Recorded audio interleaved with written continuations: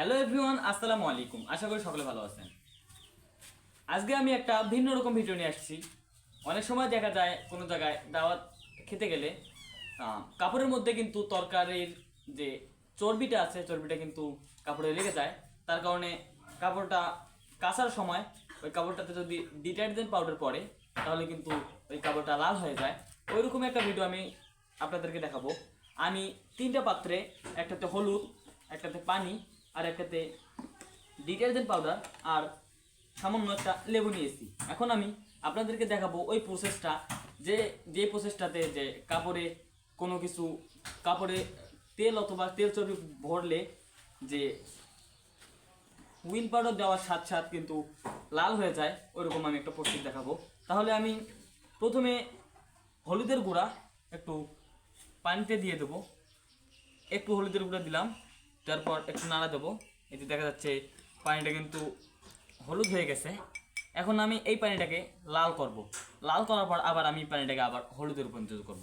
তাহলে দেখেন, তারপর আমি একটু ডিটারজেন্ট পাউডার, কাপড় কাচার ডিটারজেন্ট পাউডার সামান্য পরিমাণে দিলাম। দেখেন, ডিটারজেন্ট পাউডারটা দেওয়ার সঙ্গে সঙ্গে কিন্তু পানিটা লাল হয়ে গেছে। এখন আমি এই পানিটাকে আবার হলুদে রূপান্তরিত করব। তার জন্য আমি নিয়েছি লেবু। লেবুটা আমি একটু লেবুর রস দেব, সামান্য পরিমাণে লেবুর রস দেবো পানিতে। দেখেন, পানিতে লেবুর রস দেওয়ার সাথে সাথে কিন্তু আবার হলুদ হয়ে যাচ্ছে পানিটা।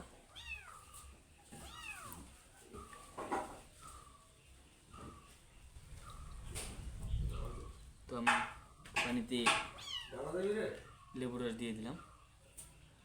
দেখেন, আবার কিন্তু লাল পানি থেকে আবার হলুদ পানিতে রূপান্তরিত হয়েছে। এরকম মজার মজার ভিডিও পেতে আমার চ্যানেলটি সাবস্ক্রাইব করে রাখতে পারেন। দেখেন, আর আপনাদের কাপড়ে যদি কোনো সময় তরকারির চর্বি পড়ে লেগে যায় তাহলে কিন্তু আপনারা বাসায় দিয়ে ওটাকে ভালো করে হুইল পাউডার দিয়ে আগে ধুয়ে নেবেন, তারপর একটু লেবু দিবেন, তাহলে আপনাদের কাপড়ের দাগ উঠে যাবে। সকলে ভালো থাকবেন, সুস্থ থাকবেন। আল্লাহ হাফেজ।